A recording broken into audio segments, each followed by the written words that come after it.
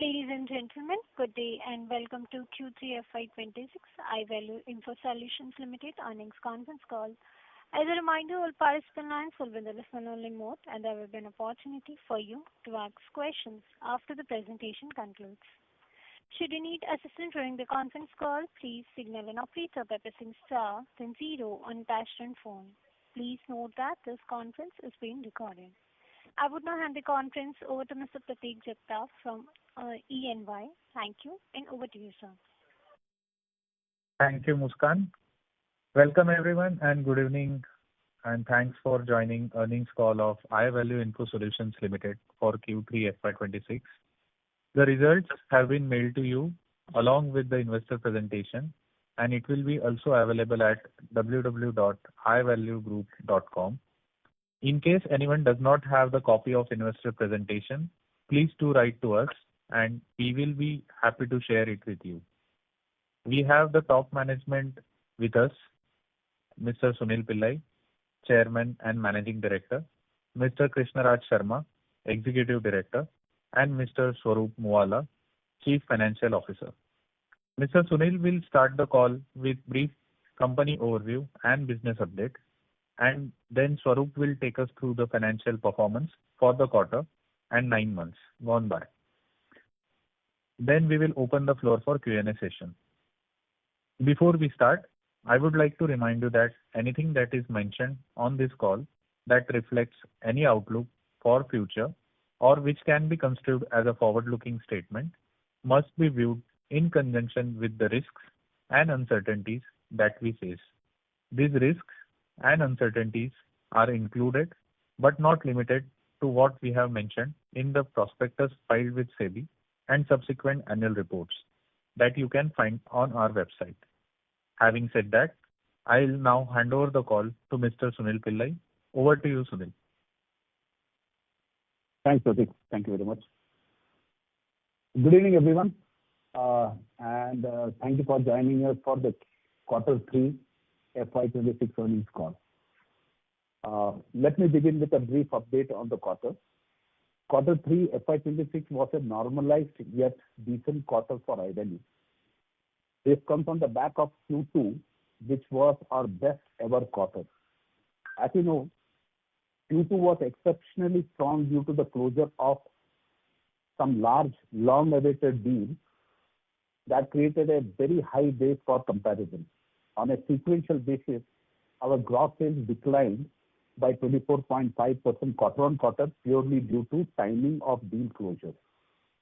In our business, large deals are significantly influenced quarter-on-quarter and year-on-year numbers, and such things are not unusual.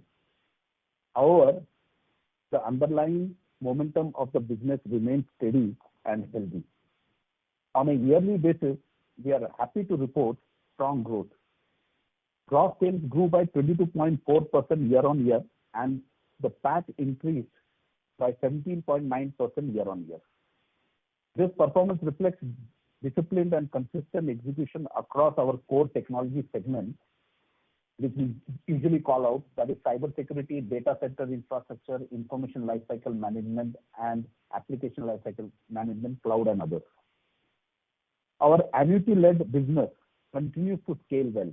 It grew 34.1% year-on-year in 9 months FY26 and now constitutes a steadily increasing share of our overall gross sales. This shift strengthens revenue visibility, improves stability, and enhances margin predictability. Renewals remained resilient during Q3, particularly across BFSI and government verticals. Our funnel continues to remain healthy, giving us good visibility as we move into Q4. We have continued to deepen our partnerships with OEMs and system integrators. We have done business with 500 plus unique partners in this quarter. We are expanding our center of excellence and investing in pre-sales, post-sales, and service capabilities. These remain our key differentiators for us. They help us win complex multi-OEM solution-led opportunities and build long-term relationships across BFSI, government, healthcare, manufacturing, and enterprise segments. As always, our business follows a certain seasonal pattern. with H2 being stronger than H1. We continue to execute in line with that rhythm and remain confident about Q4. We reiterate to all of you our FY26 guidelines or guidance of around 18% gross sales growth and 20-22% PAT growth on a year-on-year basis. This is backed by steady execution, annuity scale-up, and strong OEM and SI program momentum. Having given that, if some of you were there part of my last earnings call, and if you recall, I would like to touch upon a new area of business that is opening up and which could prove for all of us a greater opportunity to address those. And that is, so I'll take a step back and speak about the broader opportunity we see emerging, particularly around AI and OT. India is entering the next phase of AI adoption. The first phase was about pilots and experimentation. The next phase is about AI moving into physical systems like factories, power grids, you name it, like logistic networks, refineries, hospitals, and transport restaurants, and many more. This is the AI plus OT inflection point that we call it. India's AI market has expanded rapidly from about 1.25 billion in 2024 to nearly 13 billion in 2025. And it is expected to reach around 17 billion by 2027. But today, the constraint is not intent or spend. The constraint is capability. Infrastructure must support high-density compute. Security must understand cyber-physical risk. Organizations must manage AI models and data over long operating life cycles, especially in mission-critical environments. India today has more than 80,000 GPUs deployed. We have 1,263 megawatts of data center capacity operating at nearly 97% utilization. Around 78% of enterprises are using AI in one form or the other in at least one function. However, more than 60% of industrial organizations today still operate legacy OT systems with limited visibility and minimal security integration.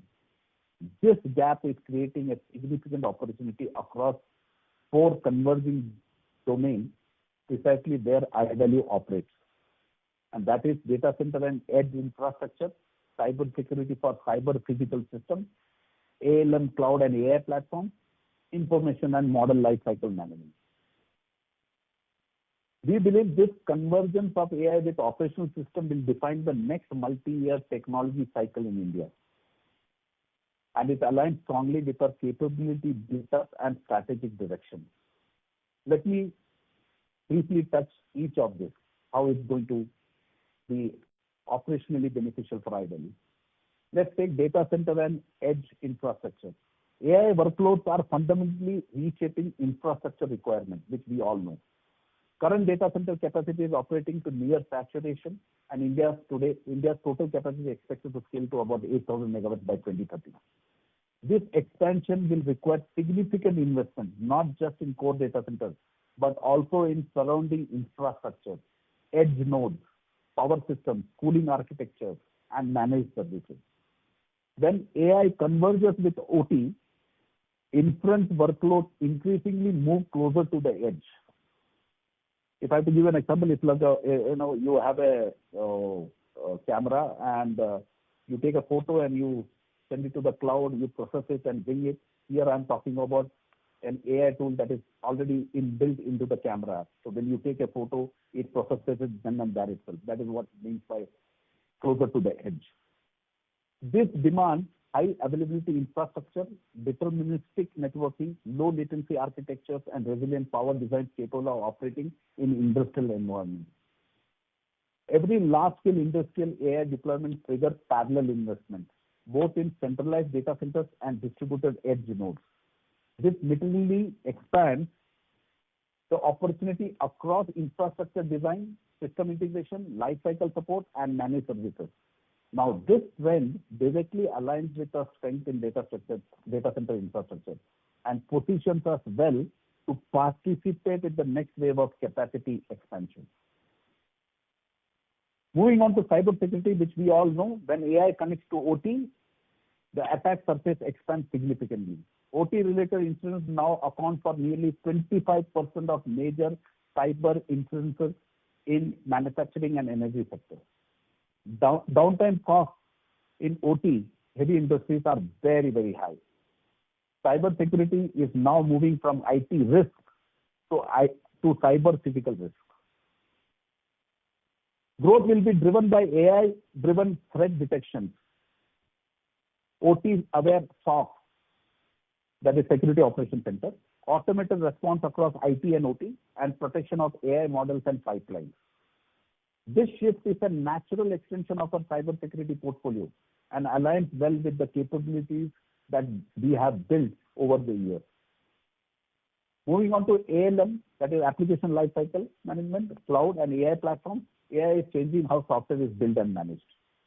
AI-assisted development reduces coding and testing time by 25 to 30%. AI-native ALM platforms are growing exponentially. But in OT environment, reliability matters more than speed. Application life cycles are longer. Continuous validation, observability, and rollback capabilities become critical.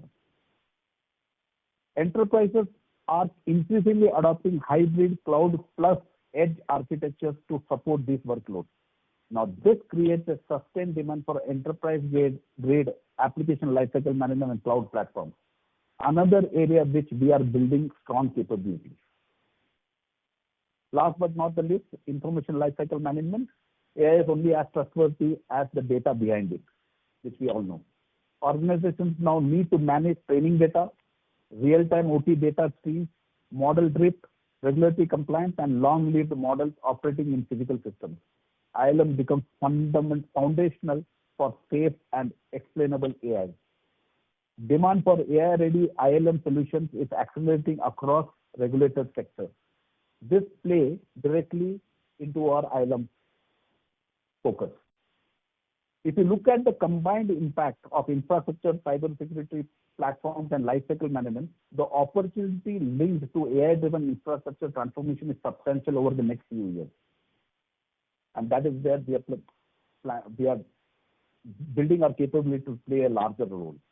A significant portion of this opportunity will come from OT-heavy sectors, where AI adoption directly affects physical systems, operational continuity, and safety. These industries will require deeper investment across infrastructure, modernization, secure connectivity, intelligent platforms, and long-term lifecycle governance. Our positioning across these four pillars gives us structural relevance to this next phase of technology adoption.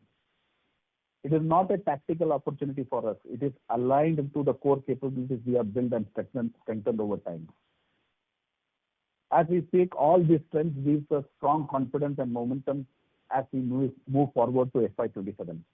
Looking ahead, we see continued strength in the business. We expect sustained double-digit growth supported by further scale of our annuity business, increasing contribution from AI-led infrastructure and cybersecurity opportunities, which I mentioned already, expansion in services and managed offerings, continued operating leverage as scale improves.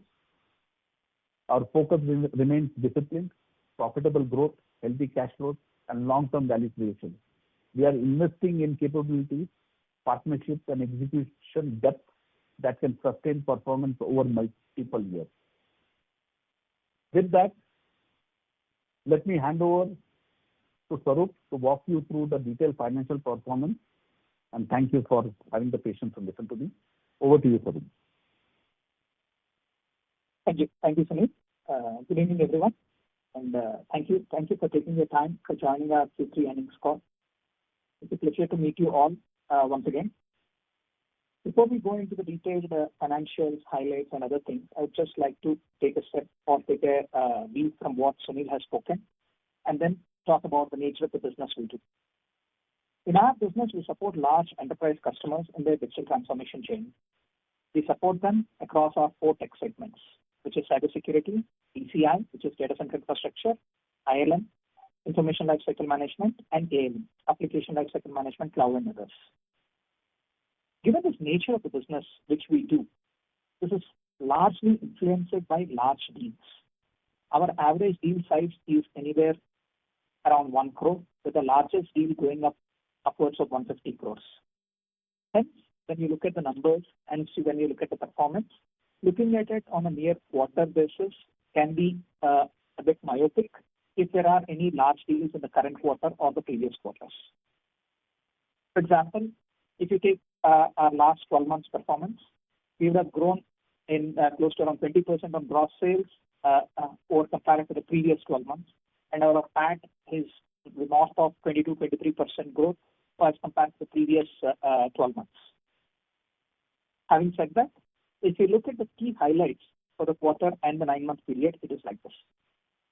We have seen growth in the gross sales for the quarter and for the full year. Our gross margins have improved by more than 50 basis points during the quarter as compared to the last year, and 65 basis points in this quarter as compared to the last quarter. Our annuity business grew around by 34.1% on a year-on-year basis. Working capital days have been predominantly flat at 51 days.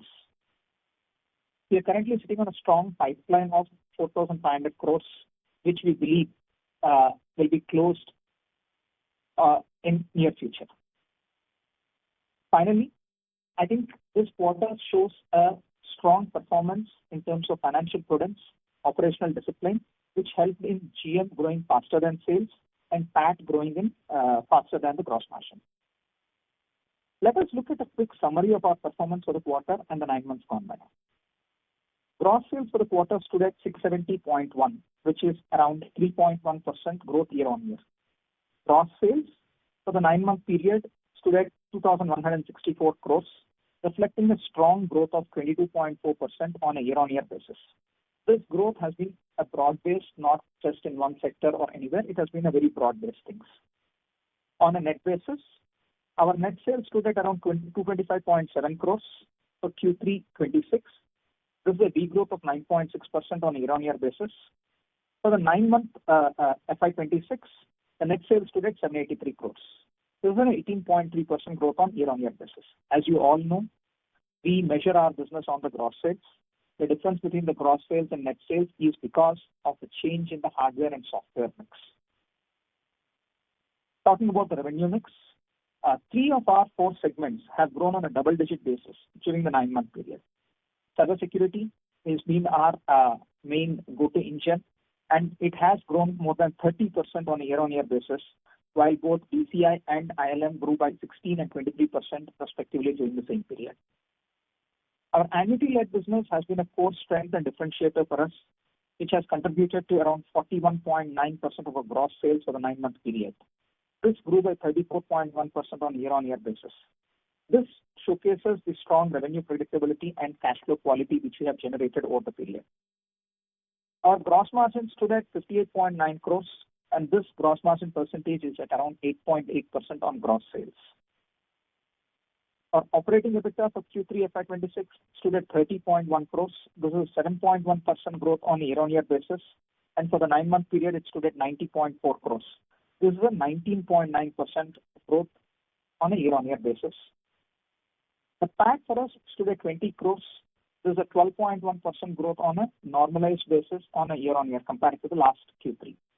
The PAT for the 9-month period is 60 crores. The overall growth is around 26.9% on PAT on the year-on-year numbers. All these numbers which I mentioned with regards to operating EBITDA and PAT are before taking the impact of the labor code and the one-time tax benefit which we have got accrued in Q3 25 or Q3 last year. Now, let us spend a minute on the impact of the labor code. I'm sure as investors you would have seen in many other companies as well that the new labor code which has come in warrants the organizations to make provisions as per the new definitions of wages which is there.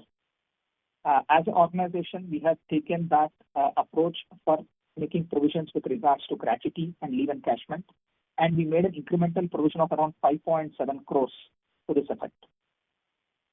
As a company, we are in the process of restructuring the salaries of the employees so that we'll be in compliance with the labor code. There is a high likelihood that this provision might change, in fact, come down once the entire restructuring is complete. We'll share the exact details once the entire restructuring activity is complete. Moving on, if we have to talk about certain return ratios and balance sheet figures, our working capital continues to be a good number without any great changes as compared to last year. The net working capital days is around 51 days for the quarter ending, or for the 9-month period ending 31st December 2025.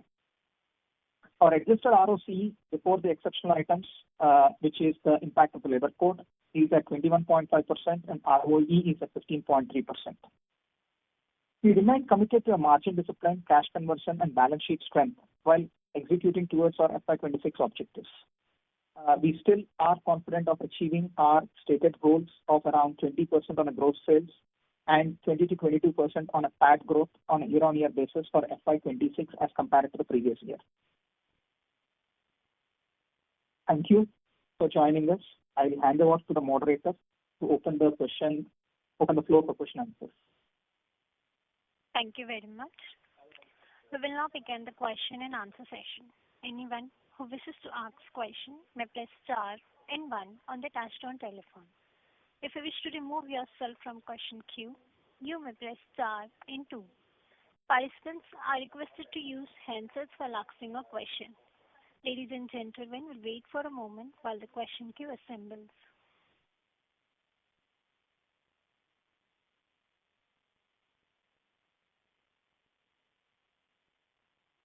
The first question is from the line of Vaidik Sarkar from Unifi Capital. Please go ahead. Gentlemen, hi, morning, and thanks for taking my question and a couple of them. We understand the impact of the large deal in quarter 2, but including that as well, for us to meet our annual targets for FY26 calls for a certain high mark in Q3, right? And we passed that, which means now the high mark stands transferred to Q4.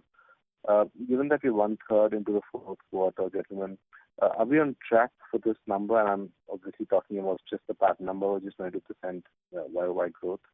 Or is this endeavor significantly back-ended towards the last 2 weeks of March, where we expect to close the few deals?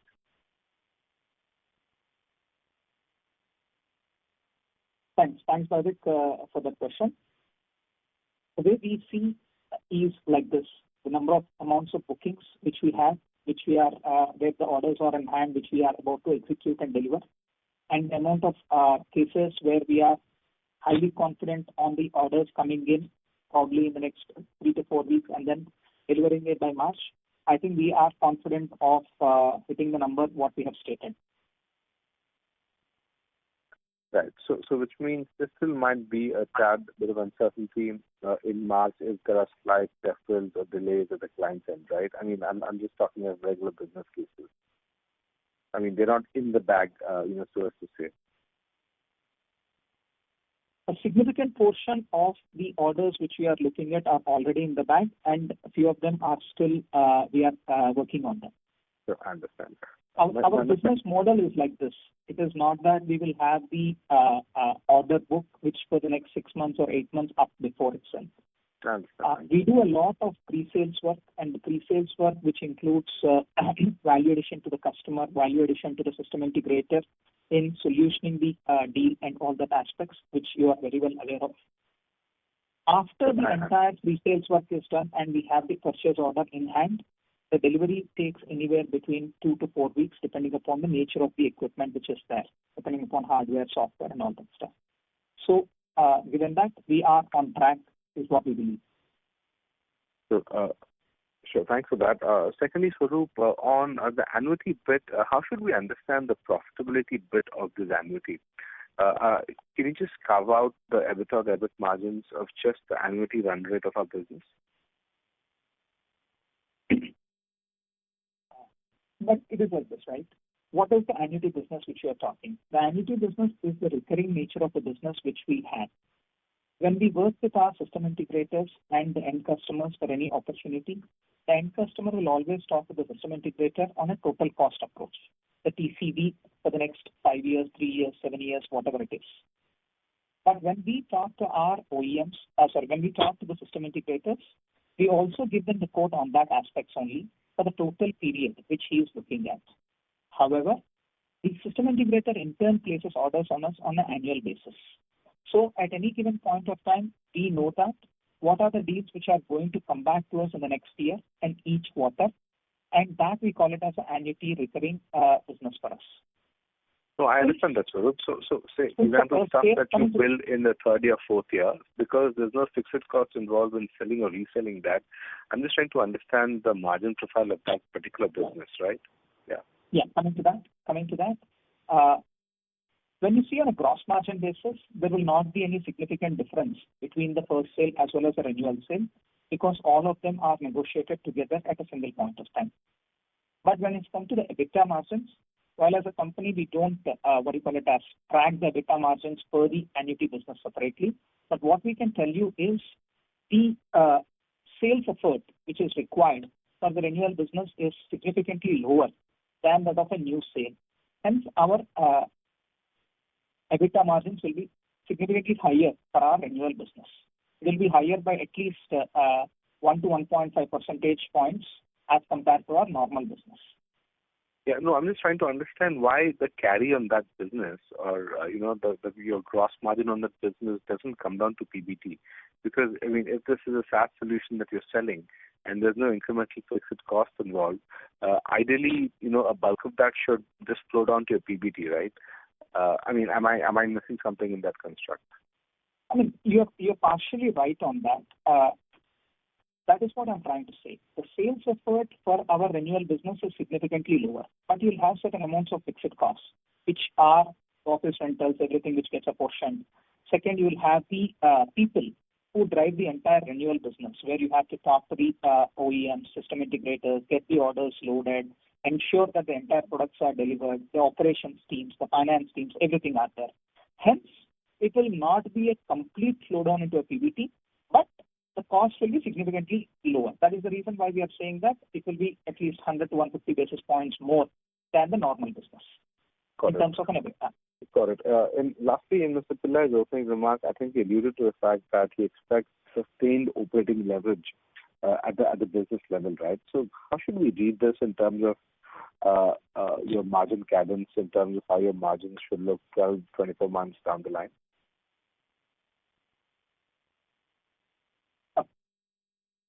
As we grow in size, operating leverage is something which we are seeing it.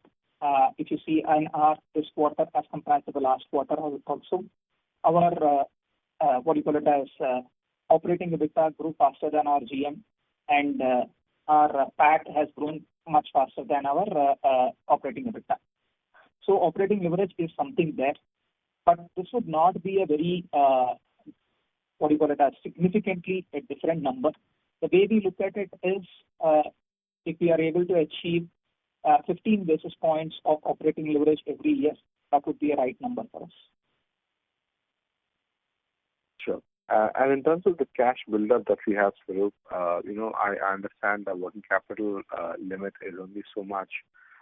Any comments on your cash utilization in terms of incremental M&A or payback to shareholders? I know we've discussed this in the past. But any new thoughts on this on this subject? Yes, we have discussed this in the past, Vaidik. First, yes, we believe that we are in a unique proposition addressing the Indian customers. If there is any suitable M&A opportunity, which we always scout for, and if there is something which is progressing well, we'll keep you posted on that. But what I can say is we'll be looking out, and we are looking out in the market. If we can get good opportunities, we'll definitely keep you posted on that. The second portion is with regards to the paybacks to the shareholders, either in the form of dividends or buybacks or whatever it is, we discussed in the past. As we mentioned, the board is of the view that let the first year go by after the full year performance in the listed space, and at that point of time, the board will discuss and take a call on that. All right. Thanks, everyone. All the best. Thank you. The next question is from the line of Amar from Lucky Investment Managers. Please go ahead. Am I audible to you? Hello. Yes, Amar. Yeah. Hi, sir. Thanks a lot. Firstly, on the performance front, what I understand here is that in Q2 we were having a very decent pipeline, and strong growth was expected in second half. So firstly, on that line, a 3% growth on a year-over-year basis on the third quarter, is there something like, do we see the spillover effect or something like that in the fourth quarter? Couple of points on that. Thanks for that. Yeah.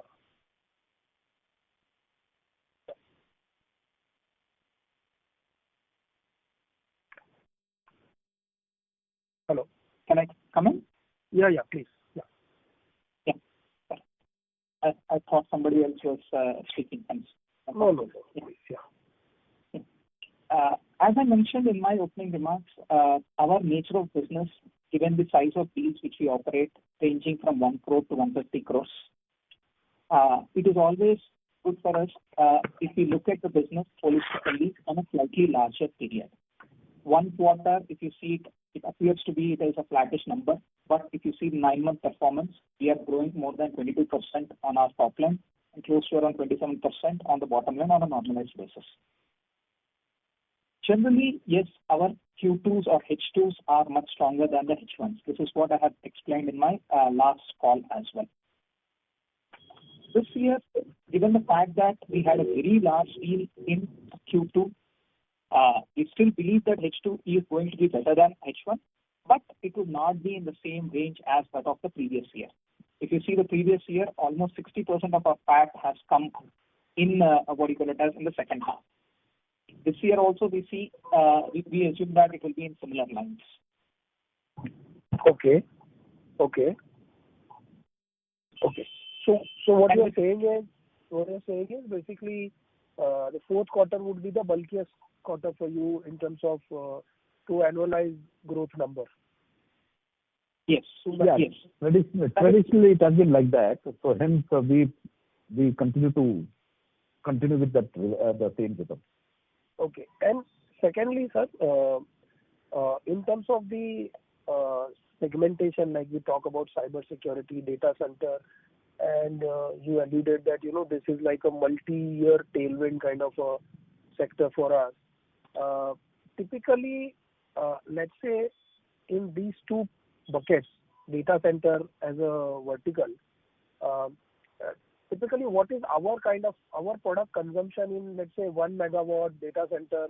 What is the kind of software which we supply or the hardware which we'll supply will go into the 1 megawatt of data center? No, it is not sized that way. I wish we could do that. But typically, when we talk about what they are going to place in the data center, so with a 1 megawatt, I don't think even a GPU would work there.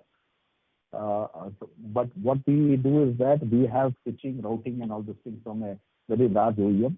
Wherein a GPU comes, they are the most significant player there, and that's what we position, that's what we sell there. Okay. They are more relevant for a data center kind of a thing.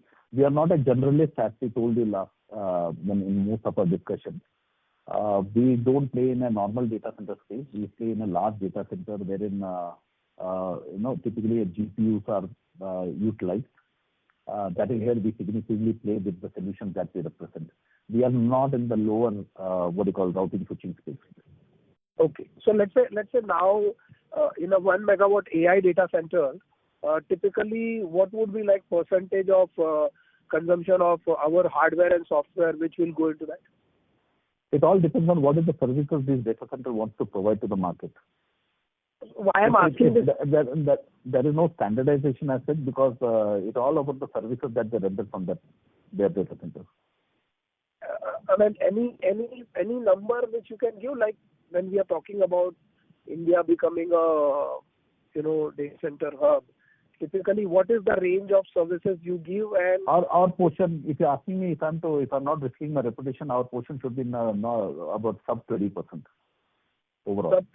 Sub 20% to the overall. Yeah, which includes software, hardware, and all the maybe a storage and everything. So ILM, cybersecurity, DCI, everything put together. Okay. And typically, what we supply the cabling, we supply the. No, we don't supply the cabling, sir. Then we do what all we do into the when you say storage, because storage. We do storage. We do a high-end server computing. We do that. We do that's what you call high-end routing switching. Okay. We do WAN ops. Okay. Okay. And this These is kind of according this is according to you, the services you give is like 20% of the overall Yeah, it would be sub 20%, sir, to be very frank. Okay. Okay.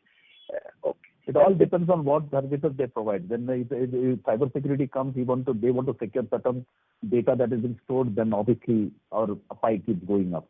It all depends on that. But then since you asked me 1 megawatt, you want to relate it with that, I'm saying it would be sub 20%. Okay. Okay.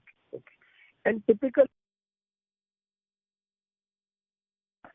Thank you. Sorry, I lost you. Participant left the queue, sir. Ladies and gentlemen, in order to ensure that management is able to address questions from all the participants in the conference, please limit the question to 2 questions per participant. Do you have follow-up question? We request you to rejoin the queue. The next question is from the line of Stavan Thakkar from Chris PMS. Please go ahead. Hi, sir. So as you mentioned the AI and cybersecurity space, and given on the lines of your last con call when you mentioned 2,500 crore pipeline or funnel for Q3, how do we look about that after the fact and in the Q2 performance? And going forward, is there any figure that you can quantify given to this space, cybersecurity and AI? So Chris, right now as we speak, we have a funnel pipeline of over close to 4,500 crores. Okay. And can we? So that could be potentially, that could be some that will spill over to next financial year, and that could be or beyond that, and some of them would get closed in this quarter. But overall pipeline, if you're asking me, this is what it is currently as part of our qualified, proved, neat CRM. All right. Pipeline. Otherwise, you have many, like we can go up to 7,000, 8,000, but I'm just talking about the one qualified. Okay. And can we quantify in terms of what segments are we looking at on the pipeline side, like cybersecurity, AI, PCI? It is spread across, Chris, it's spread across all the 4 sectors, the pillars of our offering. Okay. And given your segment on the AI tools, do we see or foresee any launch of any products or anything, any upgraded product that you can offer on the AI side of things? Yeah, to be very frank, Chris, we are definitely pursuing those kind of technologies, and we know that AI has been very loosely being spoken about right now, while infrastructure is still far away from it. Today, if you want to adopt an AI, your infrastructure should support it. I think it is still being pursued by a lot of enterprises, but they are going for it, and we will be definitely ready by the time the market will blossom into it. So we are building our capabilities. We are looking at those kind of OEMs, and definitely we will be in that space. So in short, what I'm saying is that definitely they want to step on those pedals. Okay. Thank you, sir. Thank you for your time. Thank you. Thank you. The next question is from the line of Darshil Jhaveri from Crown Capital. Please go ahead. Hello. Hi. Yeah, hi. So sorry for the disturbance. Firstly, just wanted to ask, sir, in terms of Q2 that you were saying you had a big deal, could we quantify that? Because I think in the last call we were mentioning, H2 is usually 60% of the revenue, and we had kind of degrowth in H2 in terms of sales. So just wanted to ask how big was the deal, sir, in Q2? Thanks, Darshan. The Q2 one-off large deal was north of 150 crores, which we had in this. And second, coming to the second point regarding to the H2 numbers, we always said that H2 will contribute more than around 60% of our total PAT, and I think we are still saying the same thing. For the full year basis, if you look at H2 will contribute north of 60% of our, or close to 60% of our PAT for the full year. Oh, okay, fair enough, sir. And sir, with regards to in terms of FY27, what kind of guidance can we look at it, sir? Because FY22 you you mentioned a very clear-cut guidance. So can we expect, a bit higher growth than FY26 because we have such a great pipeline? So any kind of color that you could mention in that, sir? So Darshan, thanks for that. As an organization, we don't give a forward-looking guidance for such a long period, given the fact that we are in the fag end of FY26. We come out and then are giving the guidance for FY26. But having said that, you could have understood from the commentary made by us, which is Sunil, myself, in this conversations about the pipeline, about the opportunities which are shaping out, about the AI coming in, about our play around it and all that stuff, that the opportunities are looking bright. We would just say that and leave it there. Okay, so fair enough. And so just want to know, a bit thoughts on our trade receivable. Like in terms of our gross sales also, it's quite high, right? So what are the steps are we doing to, kind of reduce that, and what can be a normalized number that, we can see? Because from what we can see, like it's like nearly more than a quarter's sale, right? So just wanted to know your thoughts about, our trade receivables, sir. So, the way we look at is, given the fact that we are a technology aggregator where we buy on credit from the OEM and sell on credit to the system integrators and the end customers, we always look at the holistic picture, which is the net working capital base, including the debtors, payables, creditors, and inventory. All put together, this quarter or this 9-month period, we have been stable on the the receivables positions as well as the net working capital position. We are at around 51 days as of 31st December 2025. Oh, okay, fair enough. So I'll get back in the queue. I have more questions. Thank you so much. Yeah. Thank you. The next question is from the line of Karthik from RK Investments. Please go ahead. Hi, thank you for the opportunity. Actually, on the ground level, I wanted to understand when you deploy your security solutions, right? Are these enterprises asking for, what kind of security are they asking? Like, are they asking for data, data sovereignty? Basically, inside the data center, there's a lot of data security risks. Are they asking for that, or are they asking for cybersecurity? What exactly are they asking at the ground level? Karthik, am I getting your name right, Karthik? Karthik, right? Yes. Yeah. Hey, hi, Karthik. Sunil here. Yeah. See, there's a clutter of solutions that can be offered as cybersecurity. It's just not only concentrated to data centers. You have the edge. When I say edge, the laptop, the mobile. If you're in a critical mission environment, then your mobile, that everything forms part of IT. So we secure end-to-end from data center to the edge, and in between data in motion, data at rest, everything needs to be secured. So there are multiple. I think that sky is the limit in terms of the offering that we have from cybersecurity perspective. We have about close to, if I'm getting my figures right, about 70-75 OEMs in cybersecurity space alone. I see. So it's spread across, right?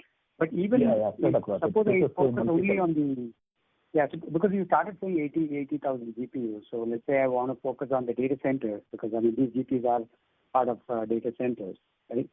So is the security stack that you are building, is it like traditionally different from a regular data center? How is your?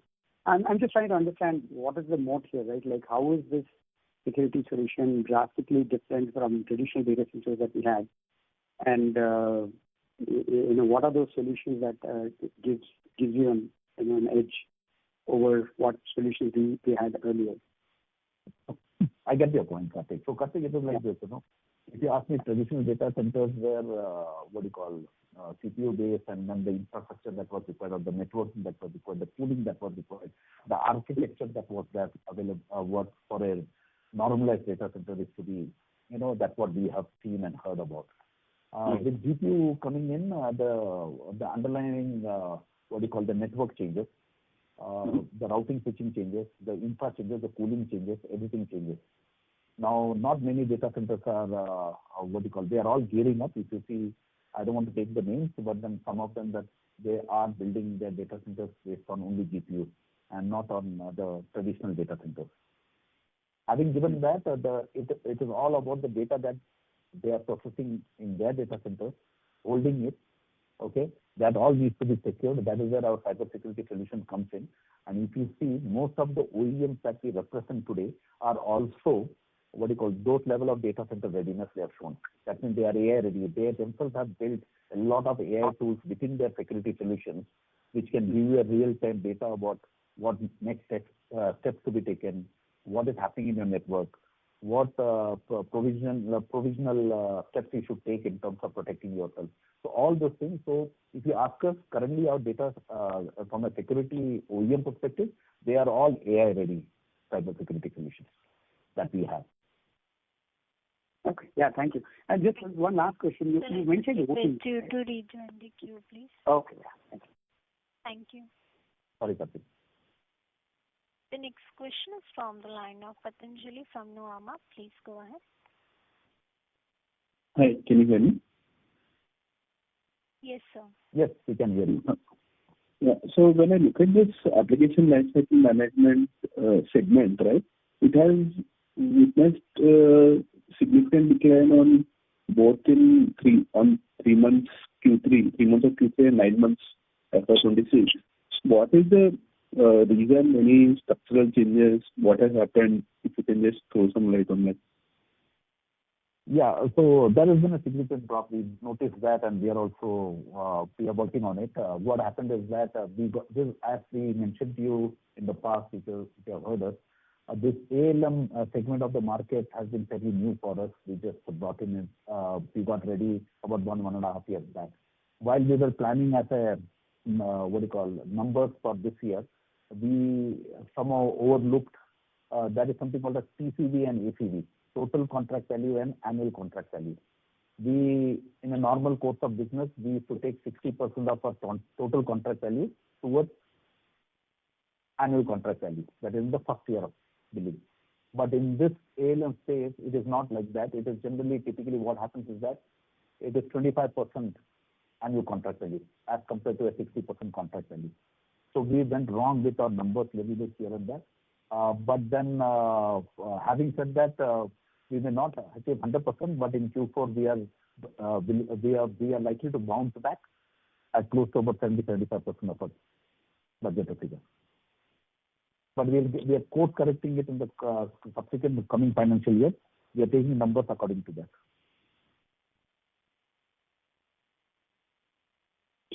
Yeah. That's it. Sir, is that answer your question? Yes. Thank you.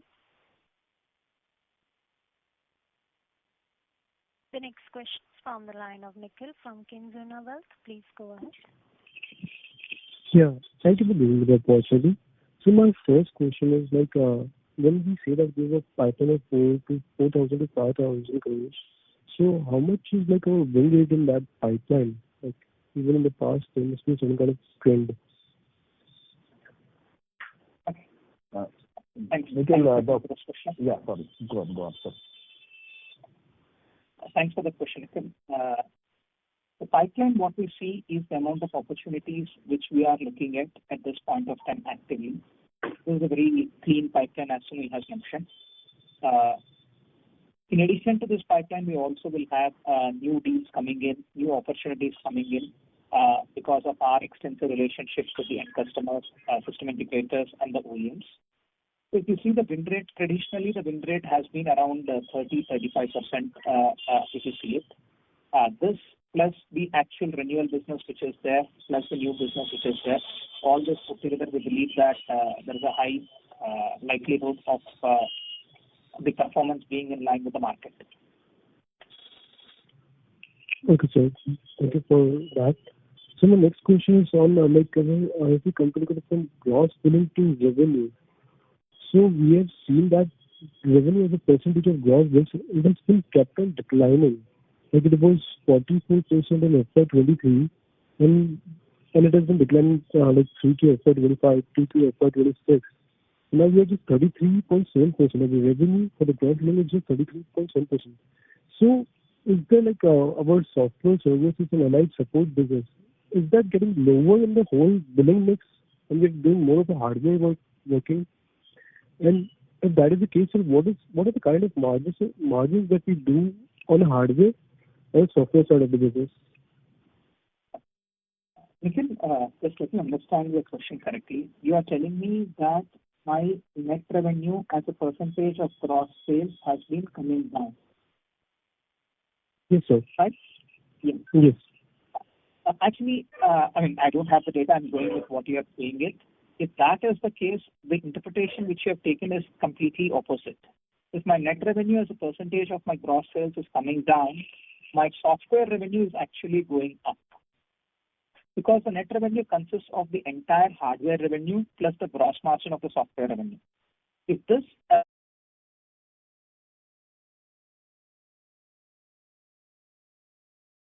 revenues are actually going up. That is point number one. Point number two, with regards to the take rate, as we have mentioned in our previous calls as well, when our sales team go to the end customers, goes to the system integrators and work with them, they do not differentiate between hardware and software. They understand what is the requirement of the customers and provide a solution accordingly. And the margins are also negotiated on that. Hence, in any given deal where there is hardware and software, the margins are pretty much equal for the entire deal. The margins vary for us on a deal-to-deal basis rather than hardware to software and other things. So that helps. Thank you for that. So that's it. So that's my those are my questions. Thank you. Thank you. Thank you. The next question is from the line of Prakshal Jain from Lucky Investment Managers. Please go ahead. Yes, thank you for the opportunity. My first question is that in our pipeline or order book, is the segmental split vertical-wise between cybersecurity, ILM, data center, and ALMs, is that similar to what the revenue has been so far?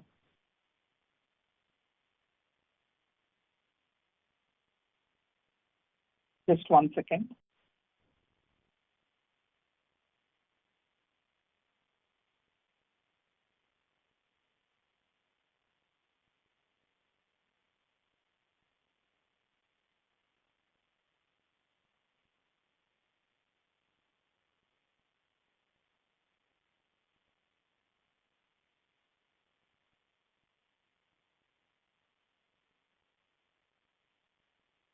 What's the matter? Sorry, I had some disturbance, so I'm just waiting for the disturbance to go. Yeah, Hello? this is Krishnaraj here. This is Krishnaraj here. Just to answer you in general, traditionally the cybersecurity is been the highest contributing technology bucket for us. So I'm very sure look at the funnel what we have. It tends that the similar contribution would be there in the funnel which we are pursuing to. You can add Swaroop. I just filled in for you. Yeah, thanks. If I see the numbers which I have around out of the 4,500 crores, or we have close to around 1,800 to 2,000 crores of it would be cybersecurity for us, the funnel which is there. And the rest are amongst the other three verticals, which means that broadly these are in lines with our revenue mix. Revenue mix for us for cybersecurity is around 50%, and funnel is almost around 45% or so, and it is broadly the same number. Understood. And fair to assume that the software gross margins between the different segments are largely similar? As I mentioned in my previous question, the margins for us are negotiated on a deal-to-deal basis. And a deal consists of one or multiple segments in it. A deal can have multiple OEMs, both of hardware and software, spreading across multiple tech segments, including cybersecurity, ILM, DCI, and ALM, etc. Hence, the margins are on a deal-to-deal basis. It would not be right for us to compare the margins on a segment-wise or hardware versus software-wise. Understood. Got it. Yeah. Thank you. Those were my questions. Thank you. The next question is from the line of Rajakumar Vaidyanathan from RK Investments. Please go ahead. Yeah, good evening. Can you hear me? Yes, Mr. Rajkumar. Yeah, thanks for the opportunity. Sir, sorry to labor on that question on your Q4 expected performance. So the question is, you guided for 20% growth on the bottom line. So if you look at your FY25 numbers, and based on that, looks like you have to repeat whatever bottom line you have done for this 9 months, that will get repeated in Q4. That's what I understand. That's the clarification. So just to, again, expanding on the same question, I just want to know what is the lever that is driving the bottom line in Q4? Is that the rebate that you're expecting from OEM, that is what will drive the bottom line performance? Or there will be also a revenue driver as well in Q4? Great, Rajkumar. Thanks for the question. What we have said, or what Sunil has said, is we are talking of around 20 to 22% growth in the PAT for the full year as compared to the previous year, which means that the PAT we are looking at is somewhere between 103 to 105 crores, which means that this number is on a normalized basis without taking the impact of the labor code in it. On this basis, if we are looking at anywhere around 43 to 45 crores of PAT for this period. Last year, same period, we did around 36 to 37 crores of PAT, which means that we are looking at a 20% growth in PAT in the Q4 as compared to the previous year Q4. This is as impacted by multiple things. Yes, the rebate is there, which is one element of it. And definitely for us, Q4 has been significantly larger in terms of the revenue contributions for the full year per se. The higher revenue with fixed cost being fixed, operating EBITDAs and the PBTs will be higher in this quarter.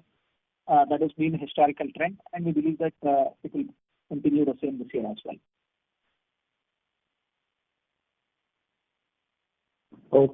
Okay.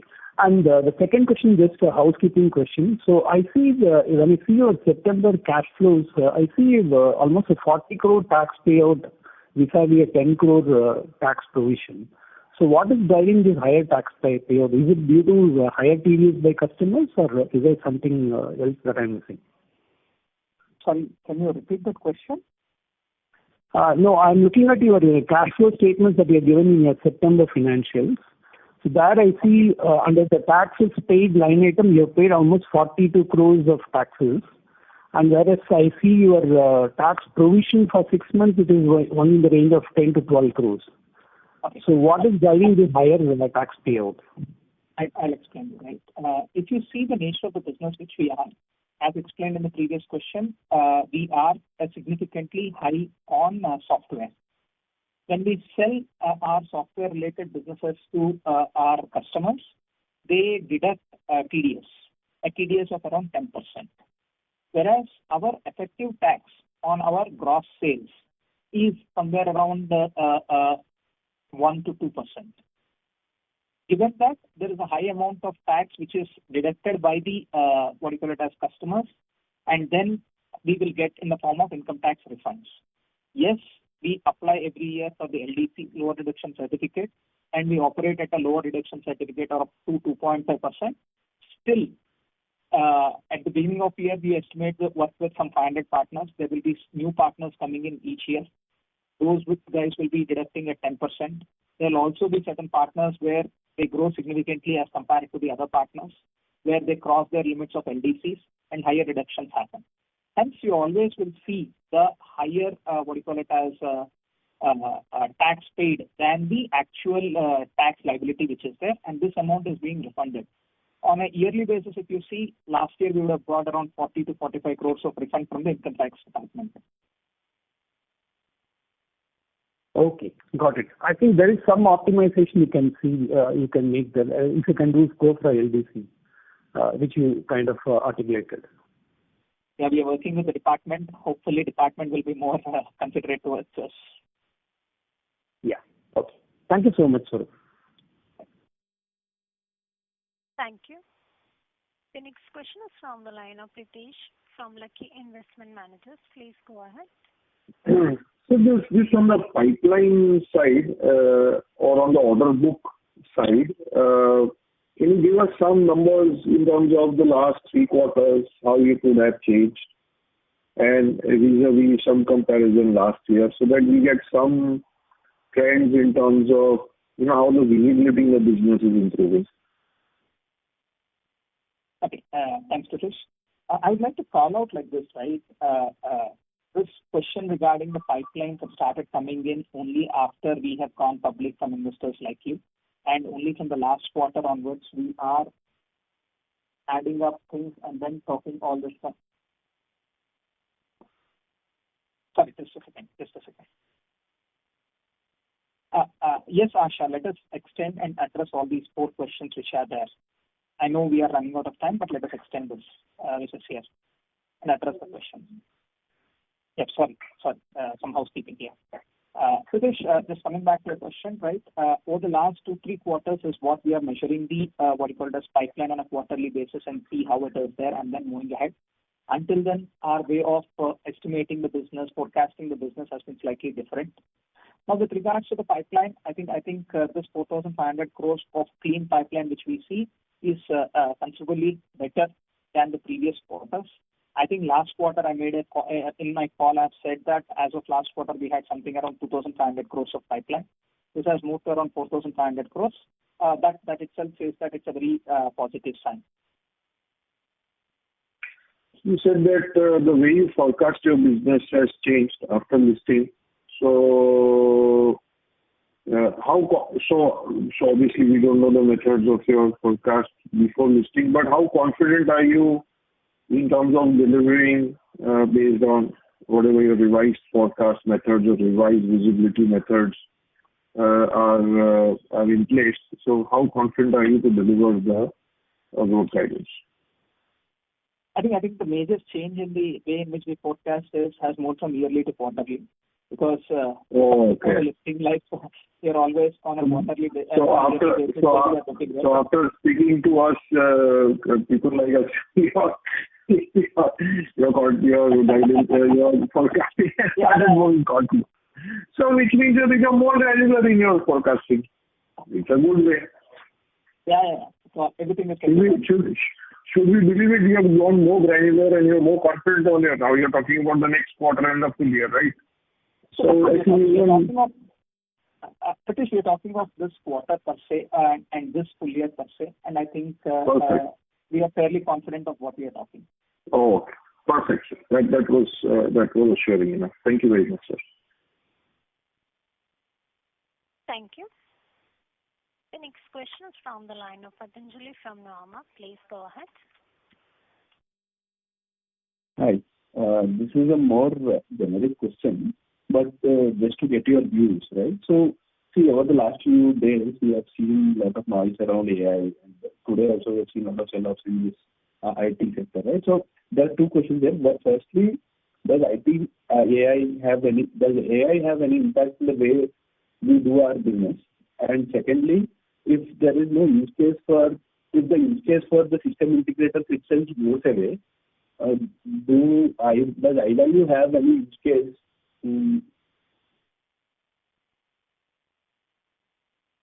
Hello. Yeah. Yeah. So if you're asking that, is it an opportunity or is it a risk or a threat? Right now, as we speak, and as we envisage the way the AI, the shift is happening, we consider it to be an opportunity for us. That is what I called out in my opening statement, and where I covered each of our pillars and how AI is actually being an opportunity for us going forward.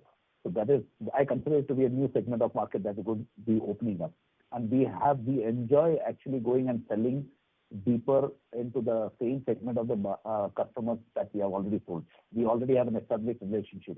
When they start adopting to AI and all, our significance further enhances with them, and we love that opportunity that is waiting for us.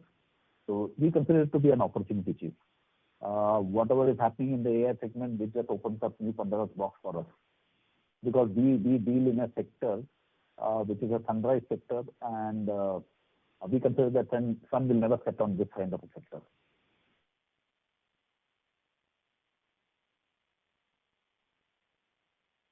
But so many of the products that you suggest to the client, right, they are developed by the system integrators, right? So if AI is doing that job, what is the use case for Ivalue? That is the question. If AI can suggest products for the client's use case. Yeah. See, at the moment, what happens is that, yes, I know. See, during our earlier presentations, we did mention that why we tag along with the SI and why can't we do deals directly with customers. The reason being that the SI develops the application for them and we go and skirt around with our solution around that application to protect and all. At the most, what would happen is that let's assume that because of AI, an application gets the SIs get impacted because of that. They may not be so relevant for application development, and customers will start doing it on their own. How much ever you do using AI, the assisted intelligence, you need to get a human interface to put those logics in place. So we consider that worst come worst situation, which I don't foresee, but in an event, since I have to answer to your question, if I worst come worst, if I envisage that SI may not be relevant, we will still continue to be relevant, because whatever the customer is going to do at his place, we need to still do whatever we are doing with an SI today. We need to still come and skirt around the application that you develop in-house, and the data that the data needs to be protected, needs to be available, needs to be scalable. We'll continue doing that with the customer. The only change would happen is that I'll have to start billing to the customer directly if they see no relevance with the SI system integrator, which is not going to be the case. I'm talking about a worst come worst case. Yeah, this is Kiaris here. Just to add on what Sunil said, adopting AI at very large enterprise is a huge exercise. It just can't happen overnight. So the role of an SI, role of a product, role of an application continue to be there, because we have just started the journey of AI. AI need to be adopted at every layer of data, network, a complete infrastructure of application. So it is just a beginning, sir. There is a huge amount of work for every partner in our ecosystem. It's not going to see an end very easily. That's for sure. Yes, sir. That's all from me. Thank you. Thank you. The next question is from the line of Darshil Zaveri from Crown Capital. Hold पर रखा है, कृपया line पर. Next question is from the line of Amar from Lucky Investments Managers. Please go ahead.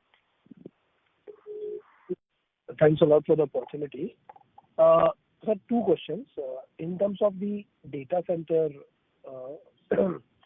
penetration, are we penetrated to 100% of the market?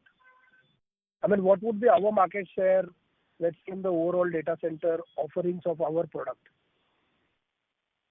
Yeah. So, Amar, when we say data center, typically what comes to our mind thought is that the Yotas of the world, or the controllers and the next gen. You are more into the in-house data center, right? Enterprise. Yeah. So when you talk about you talk about it, just you're taking names. Please don't relate anything otherwise.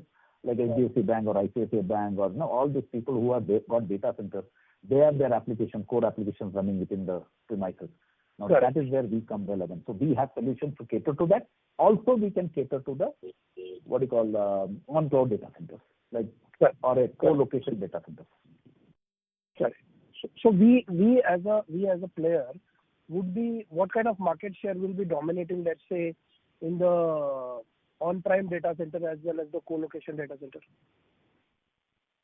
Honestly, we have never validated or evaluated ourselves in that nature, but good that you brought this point. I'll make a note of this. Probably next time when we have this call, I will ensure that we give you some pointers around this. Okay. Second question is, sir, of your cybersecurity business, how much of your cybersecurity business is linked with your data center offering? See, most of our cybersecurity solutions are in a blended model. It is data center as well as all those assets that connects to the data center.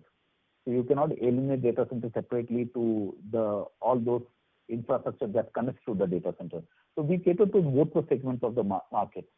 So it is not data center. When we say it, the cybersecurity solution is separate. If you see that the pillar of cybersecurity is separate from the data center.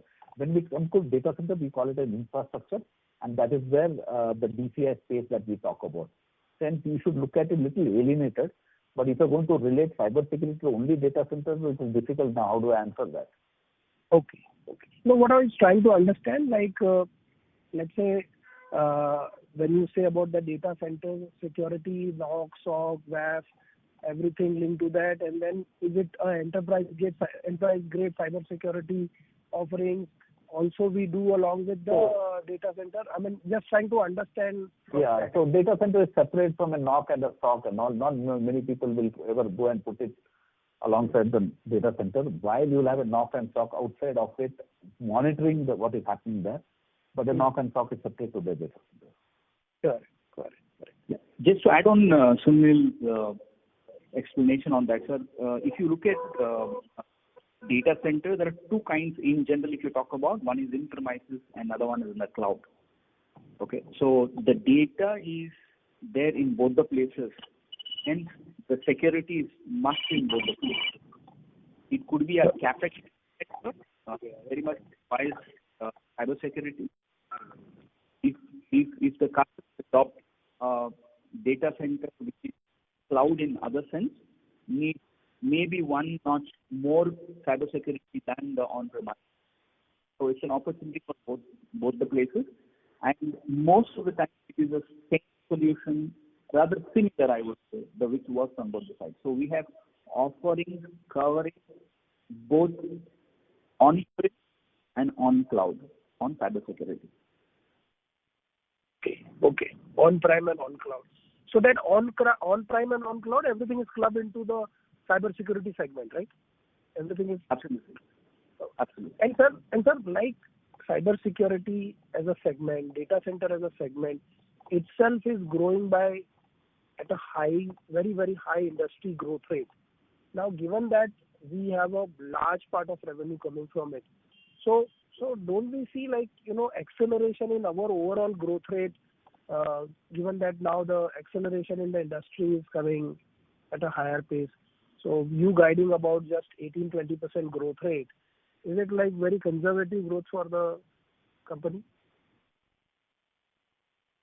Yeah, kind of. But if you look at it, all those news that comes as data centers, as I called out in my opening reading. If you see data centers, you start with civil work and rest of the things. So what is happening? They are putting the infrastructure in place. Rest of things will come. Now that is where we are seeing that there could be a potential requirement that will come up in next year and the subsequent years. So the next 5 years is going to be a journey. We are watching those data centers, at what level it is, at what life cycle it is, what is the readiness. Based on that is what they are. If you remember, Adani was talking about their data centers about 3 years back. Now it's what is taking shape. So that's the case. So yes, there are a lot of data centers that is mushrooming. They are talking about it. A lot of people are investing in the infrastructure from civil work to building to cooling to all those things. Once they are ready, that is when our role will start. So yes, we are looking at a very ambitious figure, but we would like to keep it as moderate as possible in terms of our growth, which we have told you, and we'll maintain that. Least that we'll do is that we'll maintain that. Definitely. We all can ask for better. Even I would ask for better, but we'll not shy away from doing those greater numbers. But right now, I would like to give you a moderate outlook. Got it, sir. Got it. Thank you, sir. Thank you. Thank you. The next question is from the line of Rajakumar Vaidyanathan from RK Investments. Please go ahead.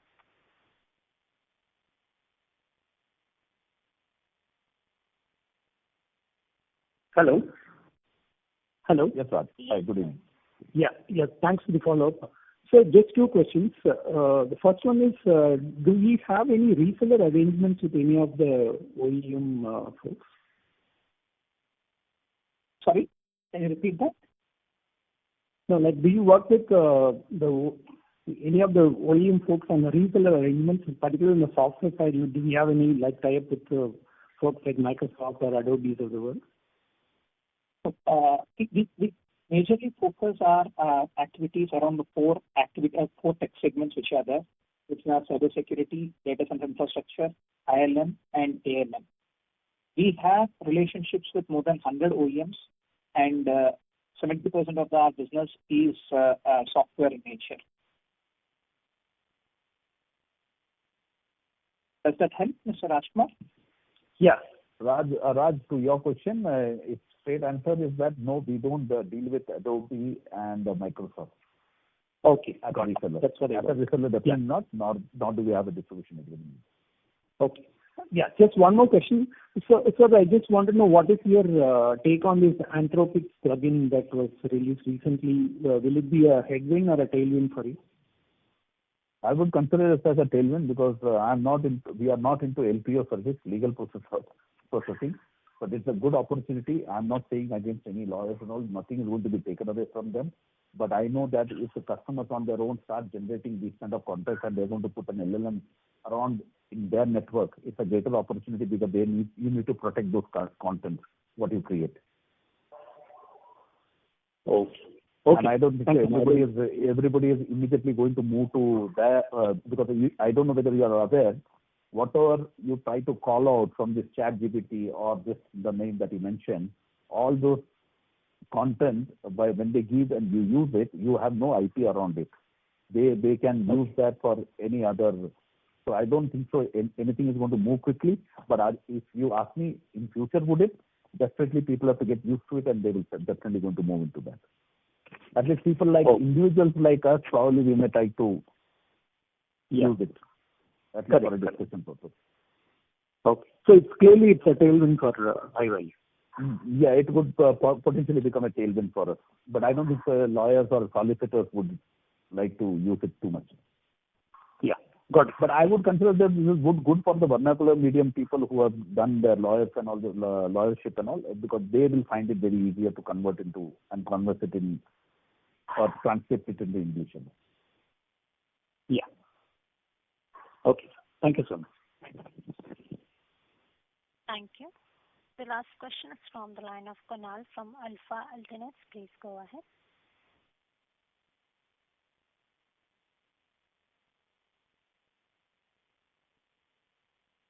Yes, Mr. Kunal, go with the question, please.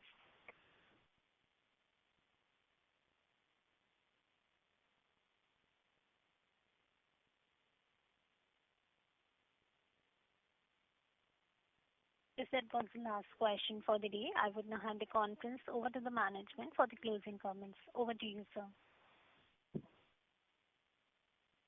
Yeah, this is Gareth here. It's been nice to interact with all of you today. Thank you for your continued support. Thank you. Swaroop here. Thank you for joining us today. It was really great interacting with you. Any open questions, please feel to reach out to us. EY is our IR, and you have my contacts as well as theirs. So please feel free to reach out for any open questions. Thank you very much, gentlemen. Thank you. Thank you. On behalf of Ivalue Infosolutions Ltd, that concludes this conference. Thank you for joining us, and you may now disconnect your lines. Thank you. Thank you.